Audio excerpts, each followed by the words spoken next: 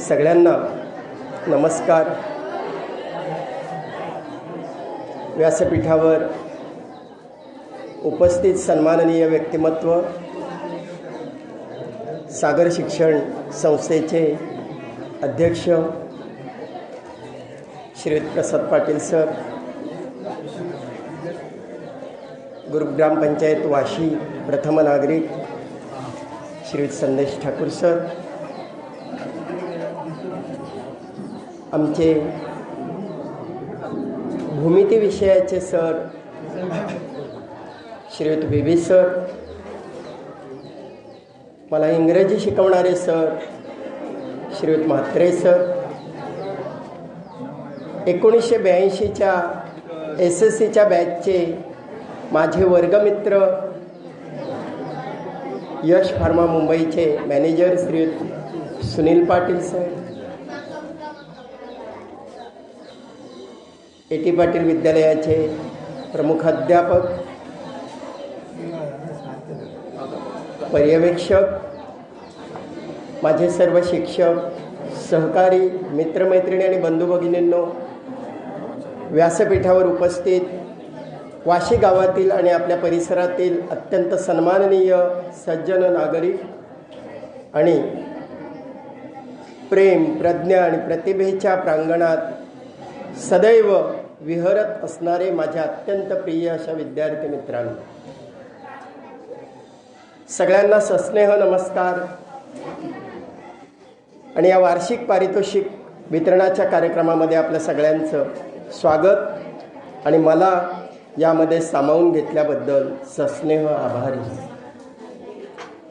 इयत्ता 10वीच्या विद्यार्थ्यांनी मला गेल्याच आठवड्यात, मला वाटतं 8 ते 10 दिवसांपूर्वी 2.5 ते 3 तास सहन केलं असं मी म्हटलंही होतं. त्या दिवशी तुमच्यापैकी एक जण उभा राहून मला सन्मानानं म्हणाला की सर, आम्ही सहन नाही केलं, आम्ही तुम्हाला एन्जॉय केलं.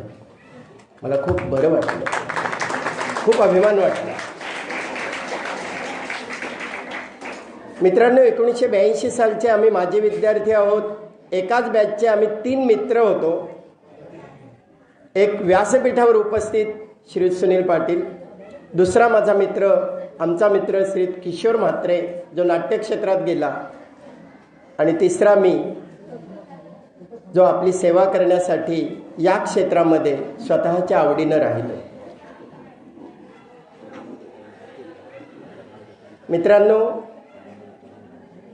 आपलं यश हे आपणच ठरवायचं आहे. आपल्या यशाची कुंपणं आपणच ठरवायची आहेत. आपली झेप आपणच आजमावायची आहे. मात्र या सगळ्या गोष्टी करत असताना माझ्या गुरुजनांचे योगायोगानं आज अतिशय दुग्ध शर्करा योग आहे की बेबी सर आणि म्हात्रे सर या ठिकाणी उपस्थित आहेत. शिकवणं तर समर्पणार्थ होतंच, पण आम्ही सगळ्यात जास्त घेतली ती त्यांची शिस्त. अत्यंत दुर्दैवानं त्या काळच्या परिस्थितीमध्ये मला 2.5 विषयांना इयत्ता 10वीच्या परीक्षेला बसता आलं नव्हतं. एक भौतिकशास्त्र, दुसरं भूमिती आणि तिसरा अर्धा विषय आमचे MG सर शिकवायचे ते हिंदी. प्रचंड आजारपण होतं त्या काळामध्ये.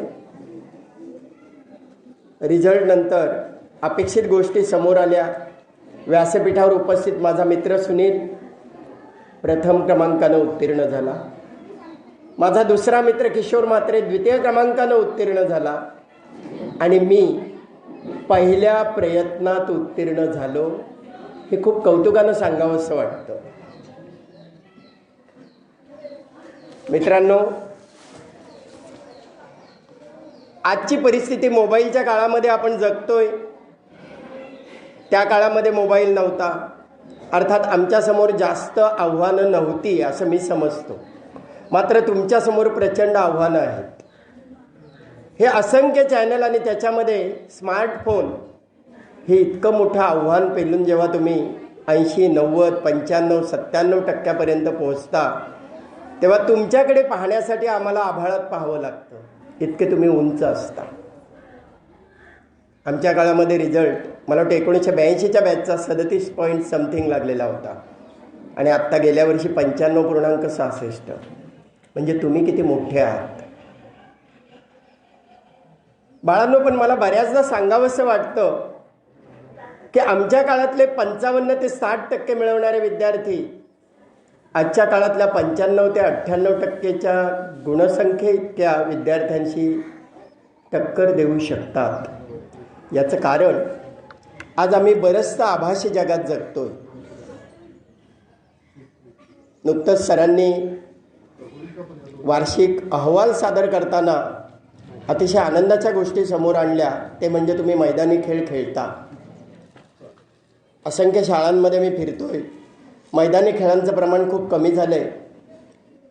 खोटं खोटं स्क्रीनवर बसतात, खोट्या बंदुका मारतात, खोट्या गोळ्या झाडतात, खोटे 1 कोटी 2 कोटी 3 कोटी पॉईंट्स मिळवतात आणि खऱ्या जीवनात छोटासा धक्का लागला की तो धक्का सहन करण्यासाठी त्यांचा आत्मविश्वास त्यांना सपोर्ट करत नाही.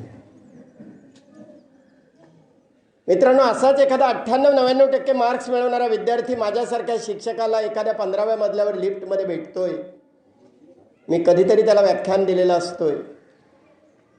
लिफ्टचा दरवाजा बंद होताच तो बावरतोय, ओळख दाखवत नाही, घाबरतोय, डोळे थरथरतात, पापण्या मिटतात. शेवटी खिशातला हत्यार बाहेर काढतोय, ते म्हणजे मोबाईल. खोटी बटणं दाबतोय, खोटं कानाला लावतोय. काही सेकंदात लिफ्ट खाली येतो, दरवाजा उघडतो आणि तो मोकळा श्वास घेऊन लिफ्टच्या बाहेर पडतो. मीही बाहेर पडतो. पण दोघांनाही कळत असतो बाळांनो, लिफ्टमध्ये मोबाईलला रेंज नसते. तर हे 98% मार्क्स.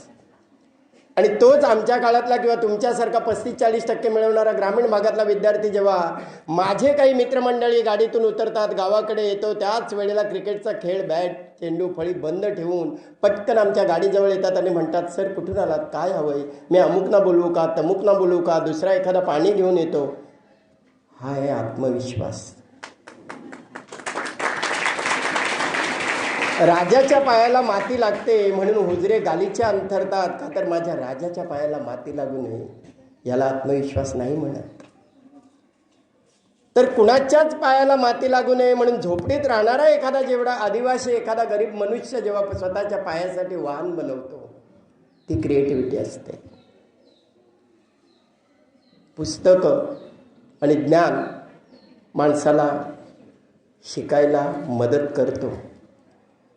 परंतु आज तुमचा वार्षिक अहवाल वाचताना किंवा ऐकताना मला इतकं गंमत वाटली की तुमच्यापैकी कोणी तबला वाजवतोय, कोणी नृत्य करतोय, कोणी गायन गातोय, कोणी हार्मोनियम वाजवतोय, कोणी कबड्डी खेळतोय. आता तर नवा कुस्तीचं सुद्धा इथे उल्लेख झाला गेला आहे. आमच्या काळामध्ये ते खेळ नव्हते, कुस्ती तरी ॲटलिस्ट. पण कला ही मनुष्याला कसं जगायचं हे शिकवते. आणि या कलेचा विकास साधणाऱ्या तुम्हाला लाभलेल्या अनेक या गुरुजनांना मी खरंच वंदन करतोय. माझ्या गुरुजनांकडून मिळालेली शिस्त मी स्वतःमध्ये इतकी झिरपली, पाझरली की ज्या शाळांमध्ये, किंबहुना एका शाळेमध्ये मी 34 वर्ष काम करतोय, त्या शाळेमध्ये ती सांगायला अभिमान वाटतो की अशीच्या अशी रुजवली. मित्रांनो, सगळ्यात महत्त्वाचा गुण आहे तो म्हणजे आत्ताच्या काळामध्ये माणसं पेरा, माणुसकी जपा. मला वाटते इयत्ता 10वीला मराठीच्या पाठ्यपुस्तकामध्ये मनक्या पेरण लागा हा बोलीभाषेतला एक संदेश आहे तुम्हाला स्थूल वाचनासाठी. तर मित्रांनो, माणसं जपायला शिका, माणुसकी उगवेल आणि तीच माणुसकी जगात कसं जगावं हे आम्हाला शिकवेल. एक मुंबईसारख्या शहरामध्ये राहणारं दाम्पत्य असतं. 8 तास काम करून ट्रेनमध्ये धक्काबुक्की सहन करून घामाघूम होऊन एखादं वडील त्या ठिकाणी घरी आलेले असतात. संध्याकाळची वेळ असते. 4-6 वर्षाचं मूल दिवसभर वडिलांवाचून तडफडत असतोय, बाबा कधी मला भेटतील. भेटल्याबरोबर त्याच वेळेला ते वडिलांना सांगतोय की बाबा माझ्याशी बुद्धिबळ खेळा ना बाबा, प्लीज, मी तुमची खूप वाट बघतोय. एकीकडे इतका ताणतणाव, एकीकडे कामाचा त्रास, आणि या सगळ्या गोष्टीतून त्या मनुष्याची खरंच बुद्धिबळ खेळायची इच्छा होईल का? पण त्या मुलाला तो नकार देत नाही. तो मुलाला सांगतो, ठीक आहे बाबा मी खेळतो. इकडे तिकडे बघतो तर एका टेबलवर त्याच्या एक नकाशा पडलेला दिसतोय जगाचा. तो नकाशा घेतोय, त्या मुलाला दाखवतोय आणि ताडकन फाडून टाकतोय. आणि त्या मुलाला सांगतो की बाळा तू जरा आतल्या खोलीत जा, मी चहा घेतो, हा नकाशा जोड, जग कसं आहे ते मला दाखव, मी लगेच तुझ्याशी बुद्धिबळ खेळतो. मुलानं नकाशाचे तुकडे घेतले, आतल्या खोलीत गेला. वडिलांना जरासं हायसं वाटलं. पत्नीनं चहा आणला.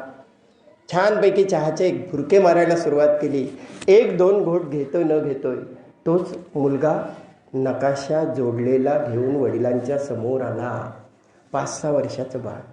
वडिलांना आश्चर्य वाटतोय की नकाशा तर बरोबर जोडलाय, की अरे मी माझ्यासारखा 40-45 वर्षाचा मनुष्य हे काम तासाभरात करू शकला नसता, तर या मुलानं 2-3 मिनिटात कसं काय केलं. मुलाला कौतुक वाटतं, वडिलांना आश्चर्य वाटतं. शेवटी त्या कुतूहलापोटी त्या मुलाला ते वडील विचारतात की बाळा तू हे कसं केलंस. मी तुझ्याशी बुद्धिबळ अर्धा तास नाही 2 तास खेळेन, पण तू कसं केलंस. मुलगा म्हणतो हात त्याच्या बाबा, त्याच्यात काय आहे. तुम्ही जो मला नकाशा दिलात ना, त्या नकाशाला मी दुपारी पाहिला होता की त्याच्या पाठीमागे एका माणसाचं चित्र होतं. बाबा मी फक्त नकाशाच्या मागचा माणूस जोडला, पुढचं जग आपोआप जोडलं गेलं. बाळांनो हे मी कोणासाठी सांगतोय माहीत आहे तुम्हाला. तुमच्या गुरुजनांमध्ये अत्यंत सुदैवाची बाब आहे. तुम्हाला लाभलेले एक गुरुजी असे आहेत की या नकाशातल्या मुलाप्रमाणे माणूस जोडून जग जोडणारे गुरुजी. स्वामी विवेकानंदांचं लहानपणीचं नाव तुम्हाला माहीत आहे. नाव विवेकानंद या नावानं आपण ओळखतो. कोण सांगेल माहीत आहे का. नरेंद्र. या गुरुजींचं नाव योगायोगानं नरेंद्र म्हात्रे गुरुजी आहे. हे माणसा जोडणारे गुरुजी आहे. अतिशय अप्रतिम असं वक्तृत्व, की ज्या वक्तृत्वाचा, ज्या भाषिक अमृतानुभवाचा तुम्ही दररोज लाभ घेता. आणि असे गुरुजी तुम्हाला लाभलेत. इतर सगळेच गुरुजी हे असेच असतात, पण मला विशेष भावलेले हे गुरुजी आहेत. गेली 8 ते 10 वर्ष मी कंटिन्यूस तुमच्यासोबत गप्पा मारायला येतो. तुमच्याशी बोलताना मला खूप काही सुचत जातं, पण इथे व्यासपीठावर मात्र उभं राहिल्यानंतर बरेचसे पाय लटपटतात, की जो आम्हा सगळ्यांचाच अनुभव असतो. पण मात्र या अनुभवातून भविष्यामध्ये तुमच्यासारखी बाळं घडायला पाहिजेत. मित्रांनो 1982च्या बॅचमध्ये, म्हणजे साधारण 40-45 वर्षापूर्वीचा काळ, इथे व्यासपीठावर बसलेल्या प्रत्येक मनुष्याची मी सांगतोय तीच अनुभवाची स्थिती होती. की व्ही सरांनी मला कधीतरी छडी मारायला भूमितीच्या प्रमेयानिमित्त उठवलं, की छडी घेताना काय वाटत नव्हतं, पण उभं राहायला लाज वाटायची. कारण पाठीमागचे सगळे विद्यार्थी आम्हाला हसायचे. कारण उभं राहिल्यानंतर जे काही चित्र पाठीमागे दिसत होतं ते सांगण्यासारखं नसायचं. आज आपण कॉर्पोरेट जगात जगताय,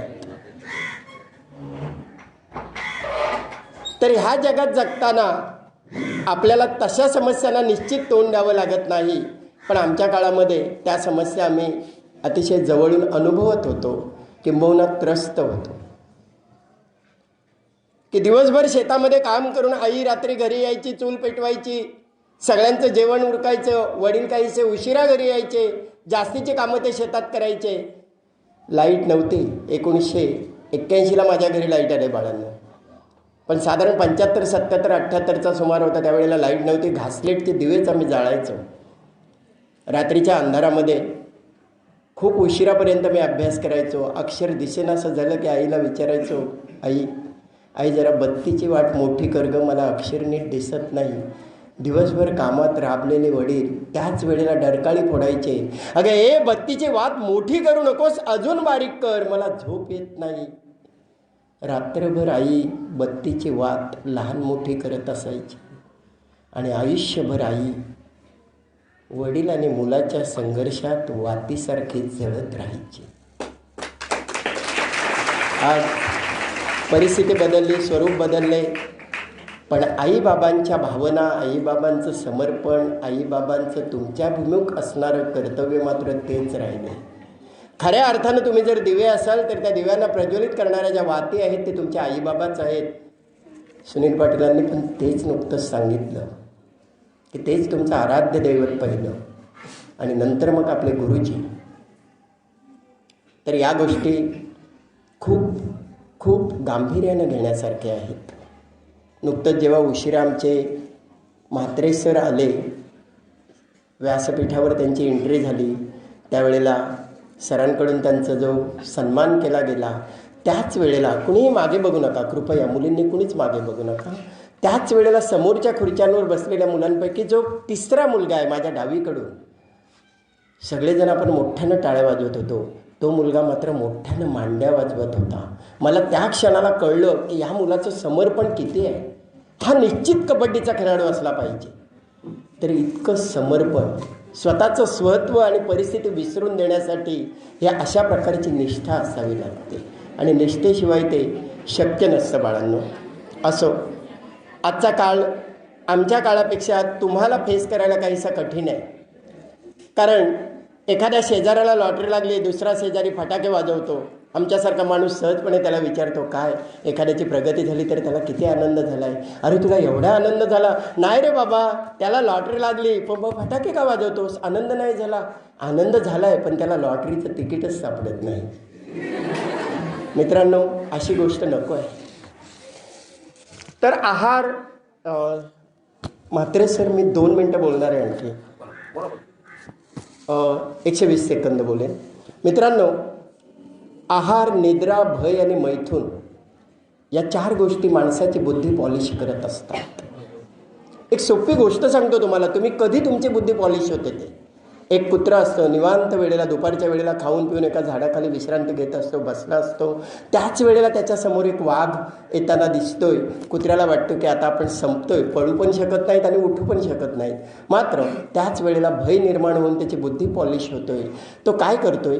आजूबाजूला बघतोय, एक त्याला हाड मिळतोय. ते हाड तो तोंडात घेतोय आणि वाघ जसजसा जवळ येईल तसं वाघाकडे पाठ करून तो बसतोय. आणि वाघ जेव्हा बोलण्याच्या ऐकण्याच्या टप्प्यात येतोय तेव्हा तो मोठ्यानं पुटपुटतोय, अरे काय वाघाचं हाड लागतोय. वाघाच्या हाडासारखं अन्नच नाही या जगामध्ये. वाघ विचार करतोय, धाडकन थबकतोय, अरे हा माझ्याच कुणा बांधवाला खातोय की काय? अरे बापरे, हे भयंकर कुत्रा आहे. मागच्या मागे वाघ पळून जातोय. मित्रांनो, संकट कधी एकटं येत नाही. संकट त्याच्या मुलाबाळांना घेऊन सोबतीला येत असतं. गरज असते ते आपल्या धैर्याची. हे दृश्य झाडावरचं एक माकड पाहत असतो. माकडाचं आणि कुत्र्याचं काही क्षणांपूर्वीचं छोटंसं वैर असतो. माकडाला ऐतीच संधी मिळतोय, टुनकन उडी मारतोय, मागे गात असणाऱ्या वाघाकडे पळत पळत जातोय. वाघाला गाठतोय आणि वाघाकडे सगळं काही तो सांगतोय, अरे बाबा तुला त्यानं फसवलं, तुला त्यानं उल्लू बनवलं, कशी फजिती तुझी केली, आता हे उद्या तो उभ्या जगाला ओरडून सांगेल. वाघ प्रचंड चवताळतोय, खूप राग येतो वाघाला. आता माकडाच्या सोबत दुप्पट वेगानं कुत्र्याच्या दिशेनं वाघ येताना दिसतोय. कुत्रा मात्र बेसावत, कारण तो तिथून पळाला नव्हता, कारण संकट संपलेलं होतं. आता मात्र वाघ माकड येताना दिसतोय आणि तो पण दुप्पट वेगानं. कुत्र्याला वाटतोय की आपण आता संपलो, आपली युक्तीसुद्धा आता कामी आलेली नाही. पण ठीक आहे, प्रयत्न ही माणसाची अशी एक शस्त्र अवस्था आहे की जी कोणत्याही काळामध्ये उपयोगी पडेल. कुत्र्याची बुद्धी दुप्पट पॉलिश झाली. पहिला त्यानं वाघाला परतवला तेव्हा तो ग्रॅज्युएट होता, आता तो PG झाला. PG म्हणजे पोस्ट ग्रॅज्युएट. आता त्याच्या तोंडात हाड वगैरे काहीच नाही, फक्त डोक्यामध्ये विचारांचं वारूळ आणि बुद्धी ताण. ठीक आहे, माकड वाघ जसं जसं त्याच्या आवाक्यात येतात तसा तसा पुन्हा एकदा तो वाघाकडे किंवा माकडाकडे पाठ करून बसतोय. आणि आता आपण मरणारच आहोत, म्हणून शेवटचं शस्त्र म्हणून बुद्धीनं पुढचे शब्द तो उच्चारतोय. त्या दोघांनाही ऐकू जाईल अशा अवस्थेत तो उच्चारतोय, अरे काय माकड आहे की मस्करी? 1 तास झाला त्याला सांगितलं मी कुठल्या तरी वाघाला फसवून आण, अजून येत नाही लेकाचा. आणि हे सगळं ते दोघंही ऐकतात, थबकतात. वाघाच्या सगळा प्रकार लक्षात येतो. माकडानं आपल्याला कसं फसवलंय आणि या क्रूर कर्माच्या हाती कसं सोपवणार आहे, या गोष्टीची कल्पना आल्याबरोबर वाघ माकडाचा तिथेच फडशा पाडतो आणि आल्या पावली पळून जातो. मित्रांनो, या गोष्टी जरी पंचतंत्रातल्या किंवा हिसाबनीतीतल्या प्राण्यांच्या असू शकल्या तरीसुद्धा आपण खरोखर माणूस आहोत आणि क्रियाशील माणूस आहोत आणि क्रियाशील माणसं कुठल्याही संकटांना कधीही घाबरत नाही. तुमच्या भावभावना तुम्ही शब्दातून आणि कृतीतून व्यक्त करा, मोबाईलच्या स्क्रीनवरच्या बोटातून व्यक्त करू नका. तर या गोष्टी खरं शिक्षण तुम्हाला देण्यासाठी उपयोगी पडतात. 350 कविता माझ्या प्रकाशित झालेल्या असल्या तरी मला खऱ्या अर्थानं कवी केलं ते माझ्या वडिलांनी.